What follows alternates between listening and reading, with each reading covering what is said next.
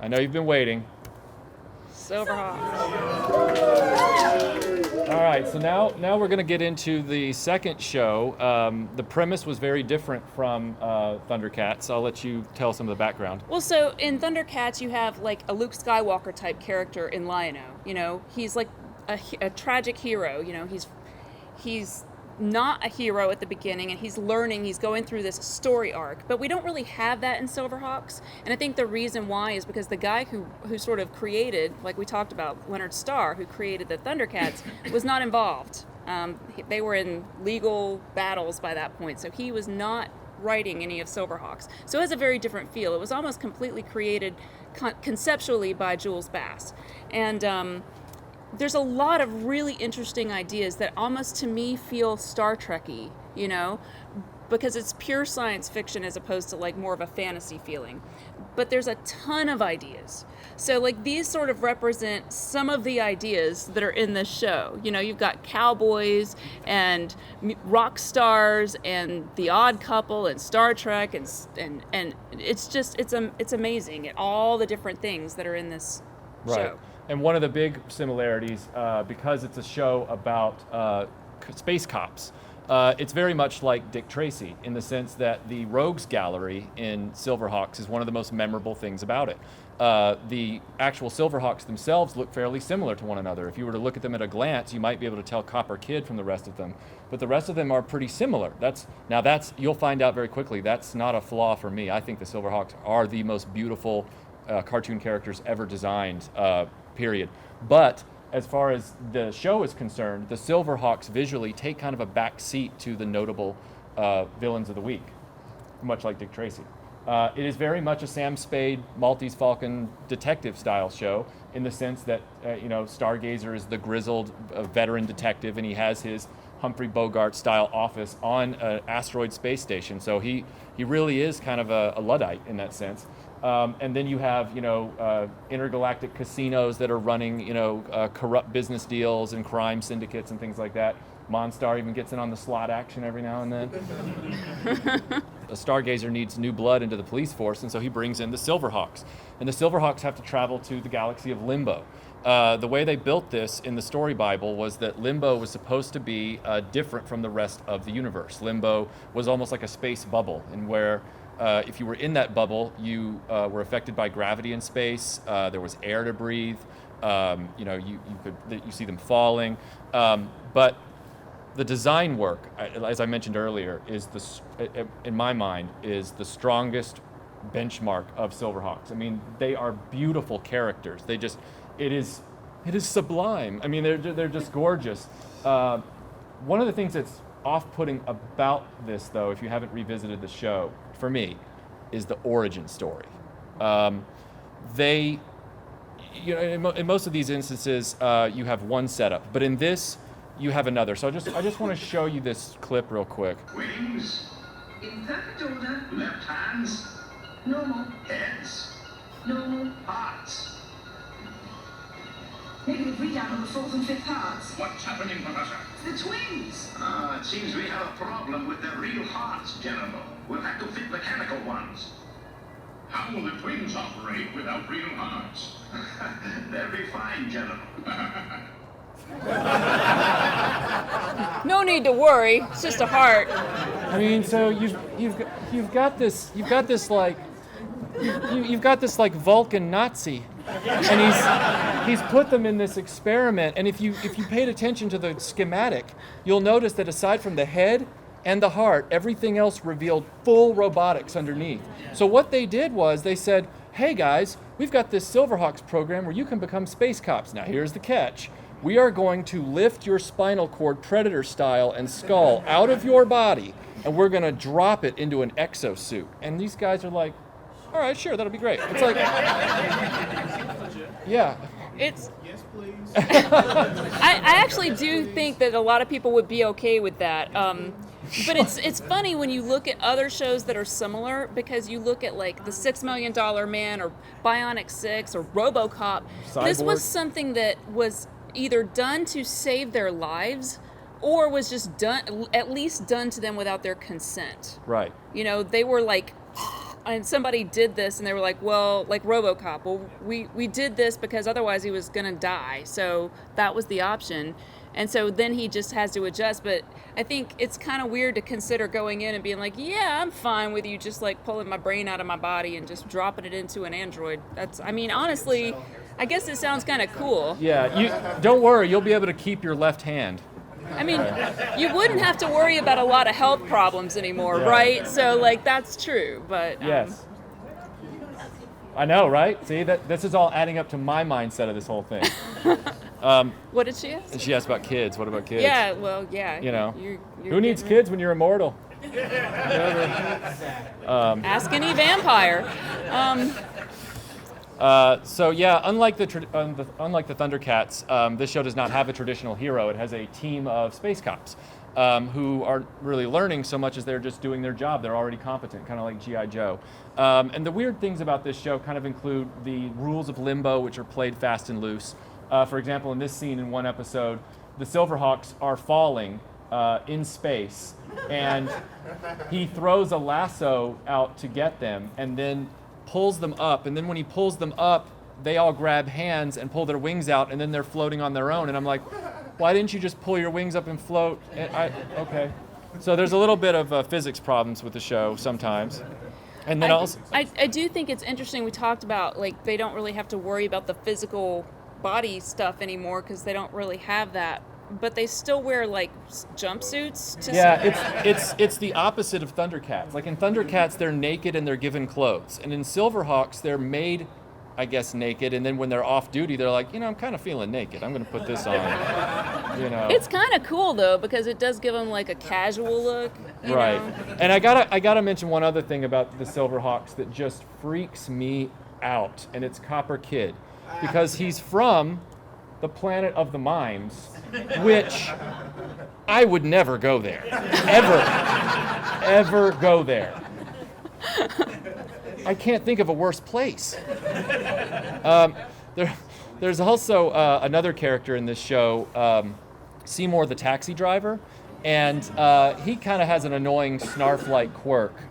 We've picked out a selection from one specific episode of clips that show you how often he repeats his catchphrase. This is from one episode. You know what I mean? You know what I mean? You know what I mean? You know what I mean? You know what I mean?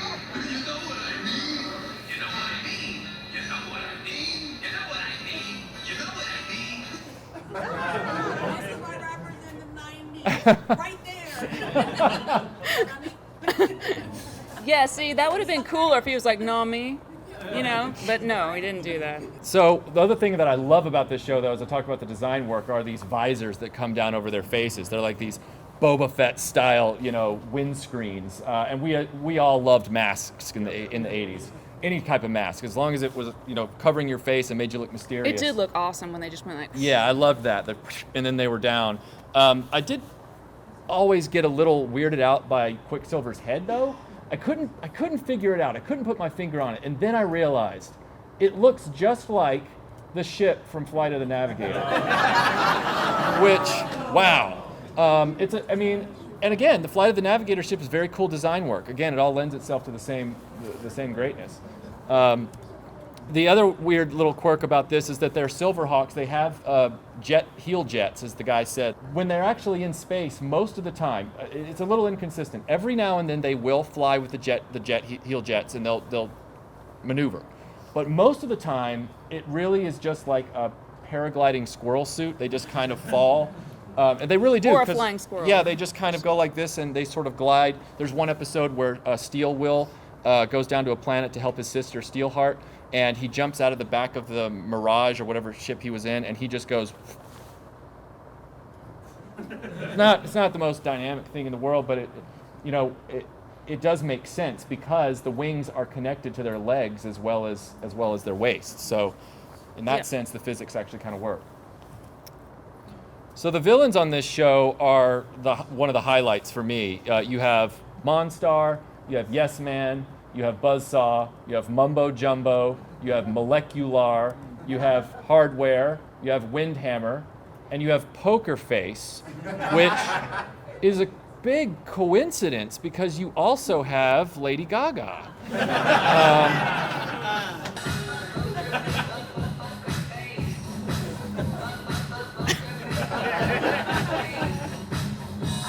You're never gonna hear that song the same way again.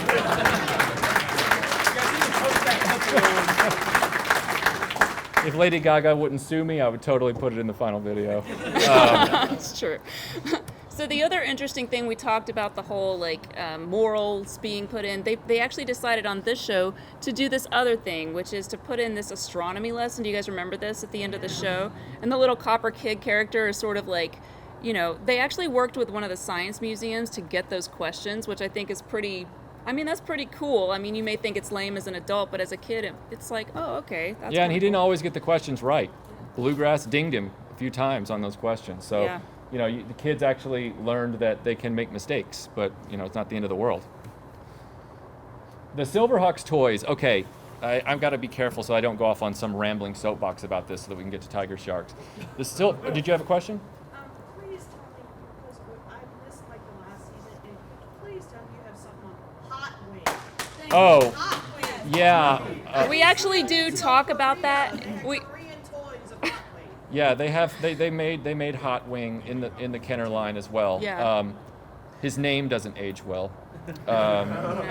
But I mean, yeah. it's unfortunate. He was yeah. Right. Yeah. But he's actually though, aside from his name, he's actually a very interesting character because he shows up as he's almost like a special forces type guy who has special skills. And that was a nice touch. It was like it's like G.I. Joe. We're bringing in new guys and girls with new experience and different abilities. Yeah. Not to mention Flashback, who has the massive eyes, which is like, whoa, I'm the Silverhawk from the future. It's like, do we look like that in the future? Because I'm going to kill myself now. You ready But for anyway, yeah, so about the toys, I got to talk about this just for a second. Aside from Japanese robot toys of the 80s, aside from those, these are the most beautiful toys ever made in the 80s. Hands down. Other toys are cool. Other toys have cool factor. Star Wars, G.I. Joe, He-Man, they're cool. But these figures are beautiful. I mean, just look at how they pop. They're completely vac metalized. All the characters are perfectly represented. Kenner did this. Kenner were the people behind Star Wars, Mask, Centurions, and they did the Silverhawks. The Silverhawks, all of them have the sort of superpowers leg squeeze action where when you I'll just demo it like a moron. So they're standing like this, right? And then you click their legs together and they go, and they come out with their Which wings. I think might be why they have the flying squirrel thing. Right. Because if you had loose wings that were really delicate, they'd probably just break right off. Right. So maybe they were thinking toy design when they created them. And then all of the bad guys have their own sort of special features as well. Monstar has one that you're all very familiar with if you ever played with Power Rangers action figures where they had the helmet swap with the head. With Monstar, when you squeeze his legs, his chest opens up and his head flips and becomes the bad guy, which is really awesome. Mumbo Jumbo just kind of does like a dance headbutt, which is, whatever. He's a headbanger. He's a headbanger, yeah. And I then think he's awesome. Molecular, I don't even want to get into that. All right, we're going to go on to the fish food of the presentation. Now at this point, how many of you have actually seen Tigersharks? Did you Okay. see it as kids? Yes. Yeah? Okay. Okay. Tigersharks completes the trifecta of Rankin Bass. Thundercats was land, Silverhawks was air, Tigersharks was sea. So it's like, over land and sea and air, Rankin Bass is there. And here is the final part of that trilogy. Yep. They are an intergalactic salvage team, and they were part of a cartoon series called the Comic Strip that would change up the cartoon every afternoon. Sometimes it was Street Frogs or Karate Cat or Mini Monsters, and sometimes it was Tigersharks. But they are not space cops. They're not feline royalty. They are a ocean salvage team that's trying to find booty, loot. We're not really sure why, because they'll get things like these bombs and weapons and stuff, and it's like, what are you doing with this stuff? Are you selling it on the black market? Right. Are you it doesn't ever really specify what they plan to do with the stuff. Maybe they're gonna humanely and very responsibly get rid of it. We just don't really know. Yeah, we don't know who they work for or why, and it's like, well, they could just be like Han Solo on the fringes of morality, and maybe they're Because just... they also say they're treasure hunters, so it Right. kind of makes you think, well, maybe they're getting weapons and selling them to terrorists. Right, I and they- like that idea, actually. And they go to this planet called Watero to save their friend. And when they do, the Wateroans, or Wateroans, or whatever you call them, they are being terrorized by these baddies. And these baddies are really making life difficult for them. So the Tigersharks agree to stick around because the Wateroans agree to show them where all the valuable treasure is on the planet. Oh, we've got all kinds of cool things. They actually pretty much say that. They're like, Yeah. we've got all kinds of cool things, and we will show you all the secrets if you just agree to stay and protect us. And it's like, oh, yeah, right, protection money. All right, we're going to give it over. One of the cool ways this show is different from the other two is that the characters can change from humanoid into fish people and then back again, like all the time. And they do that through the use of this pool Right. that they created that's in their ship. And they kind of swim out from the bottom of the pool, like into the ocean or whatever. And the idea is that a lot of the stuff that they're working on is underwater. So that makes sense. Like maybe they're, salvaging, shipwreck type of things. However, they're becoming fish so that they can stay underwater longer without having to get air. But does anyone see a problem with that with these two characters? Okay, dolphins and walruses need to breathe air. They're not fish. So, and the very first thing that happens is the dolphin guy his name is Dolph. I don't know if maybe your name determines what kind of fish you become. But so he's underwater and he starts to oh no, I've got to get to the surface because I'm going to run out of oxygen. And it's like, well, wasn't the whole point of you turning yourself into a fish man? And now you're I still don't really understand. You the had point. one job, Walro, one complicated job, Yeah. and you fumbled it. But this is kind of what they look like before and after. This is a fan rendering I found online. It was really helpful. And so you've got Octavia becomes the octopus. And Just her head, though, Just her head. Her head becomes like an octopus. because you've still got to have that hot bod to look at. That's so right. just the head That's becomes right. this tentacled thing. But their ship is both it's a ship, like a spaceship and a submarine. Spaceship with a sail. Right. That's right. Exactly. So that's They- kind of interesting. They bought right? it from Count Dooku. That works on so many levels. Yeah. There were a ton of villains on this show. Yeah. Like there were two whole separate crews of villains. I think that Rankin Bass must have loved creating villains because they did so many in Silverhawks too that were just really, really awesome. So you've got 13 villains on this show. But the one thing about this show that's not like either of the other two is you don't really understand why the bad guys are bad. They're just kind of like, Yeah. like they're just Yeah, T-Ray. evil to be evil. Yeah, T-Ray actually says in the first episode when his minion says, "So why are we gonna do this?" And he's like, "For evil." And you're like, "Oh, that's thin." At least Monstar wanted to He was control a Limbo. businessman. He was a businessman. He was like Al Capone, and then Mumra was an ancient, overlord. So that makes hated sense. cats. Who hated cats? Right. We understand these characters. Right. Yeah. So these characters, I mean, they're definitely interesting looking, but, there was not. And honestly, it's not easy to find out a lot more about the show because this show has never been released on Right. DVD or anything like that. And as a matter of fact, the one bootleg you can get of the show has only 10 episodes out of the, I think, 20 that were made. And of those 10 episodes, most of them don't even have all the footage in them on the bootleg. They're all incomplete. So the only one that you can really see in totality is the pilot, which is on YouTube in 3 parts from a videotape. Everything else is like you're either watching it through Vaseline or there's nothing. You don't have access. Yeah, I think we found the first 2 or 3 yeah. episodes of the show and watched them so that we could talk about this with you guys. And I read everything there is, which honestly, even on the interwebs, there's really not that much information about this show.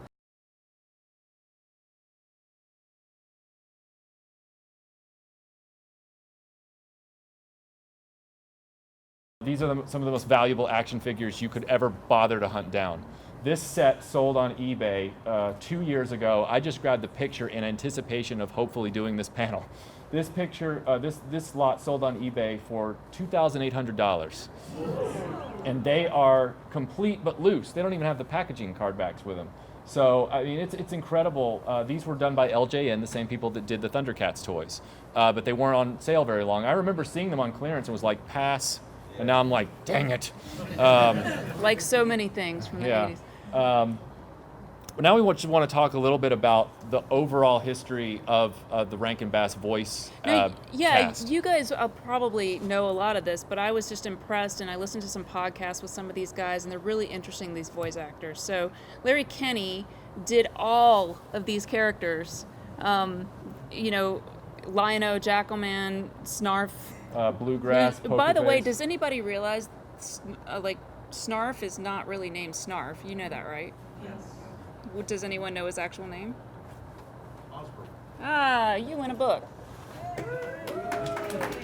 Anybody remember this cool, like, storybook?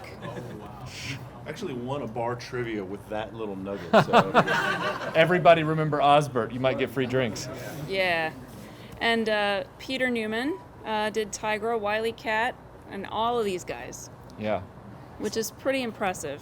Bog McFadden, everyone's favorite Snarf voice that we were trying to emulate earlier, but also did all of these guys, including our Stargazer. So, yeah.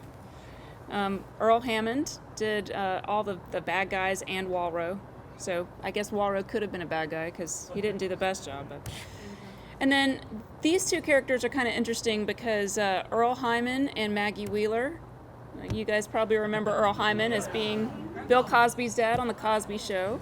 And oh my God, Janice from Friends was Steelheart. It's an impressive production history on these series. I mean the depth to which they went, because they weren't starting with a toy line first and then trying to sell an animation company on it. They were starting with an animation concept all 3 times and then trying to convince a toy company to back them and support them, which was really not the norm in the 80s. In the 80s, it was powerhouses like Hasbro and Kenner coming to the table with ideas. And We then, want to sell our toys, Right. so write us a show to sell these toys. Whereas Right. this was like, we have really cool stories to tell, and we're going to make toys just to go along with that. Right. So that kind of speaks to the actual plots and the stories themselves, that they were, that was the creation, was the story. Look, if you liked this panel, please rate it on the app. You guys really, you chose to spend your hour with us, and we respect that, and we want to give you the best entertainment possible. So if you liked this, rate it on the app. If you like us, you can visit our YouTube channel at RetroBlasting, YouTube.com/RetroBlasting, and We got please cards. subscribe. We have cards. We're very approachable. We talk to people. We're not celebrities. We're just people like you. But thank you so much for coming today. I hope you've enjoyed it.